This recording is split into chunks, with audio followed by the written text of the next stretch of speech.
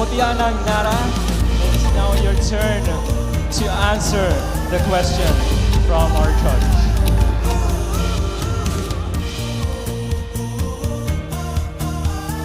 And the judge is Miss Ulia Nikita Hagedorn.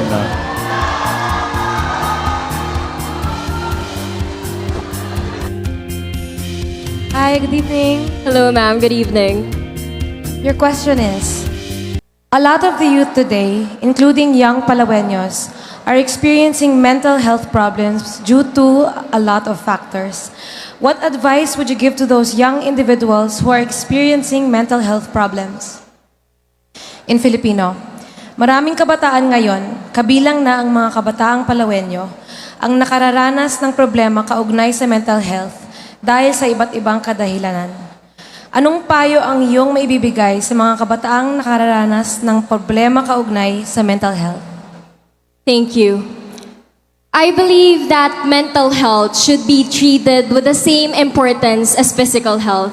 And as a leader, the advice that I would give to these young people who are having this mental health problems or issues in their lives is that you need to be strong. You need to have that courage in your heart, and you need to just open your heart to the opportunities that is around you. We should create safe spaces for people because as a leader, I do believe that you as an individual, it starts with self-awareness, and that when you open yourself to opportunities and just discover what's within you and accept the vulnerability that you have, you open to people, you will become someone that you want to be, and you will discover yourself more so that you can achieve all the greater things in life. Thank you.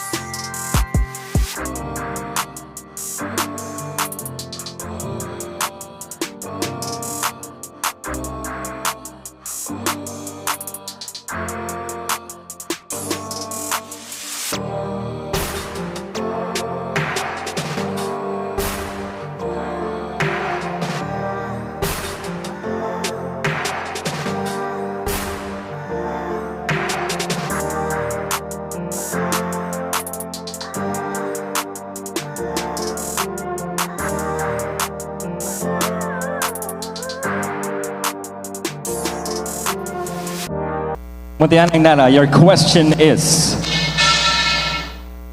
easy. All right. Are you ready? Yes. One of the pressing issues facing the Senate today is the impeachment case of the Vice President of the Philippines. Some believe that the Senate should prioritize more urgent legislative matters, while others argue that the impeachment trial must proceed, as it is constitutionally mandated. What is your stand on this issue? Should the Senate focus on its legislative function, or should it still proceed with the impeachment trial, and why? Thank you for that question. It is really a critical question, but I do believe that as citizens and as a citizen of the Philippines, I do believe that we should focus more on the legislative matter. But because this is democracy thrives when people takes its part. And I do believe that when we focus more on what truly matters, on what's going on in our world, rather than the impeachment, we should first focus on what should we do. What does really matter? What is really the issue here in the Philippines? And aside from that, of course, we should balance how we should solve that problem in our government, because our government should have the integrity. The leaders of this world we depend on the leaders of this world. So rather, when we focus on this legislative matters, rather than focusing on the impeachment, then we can have a more progressive society, but rather balancing between the two. So we need to choose first. As we assess that, we can ensure that we can have a better society for all.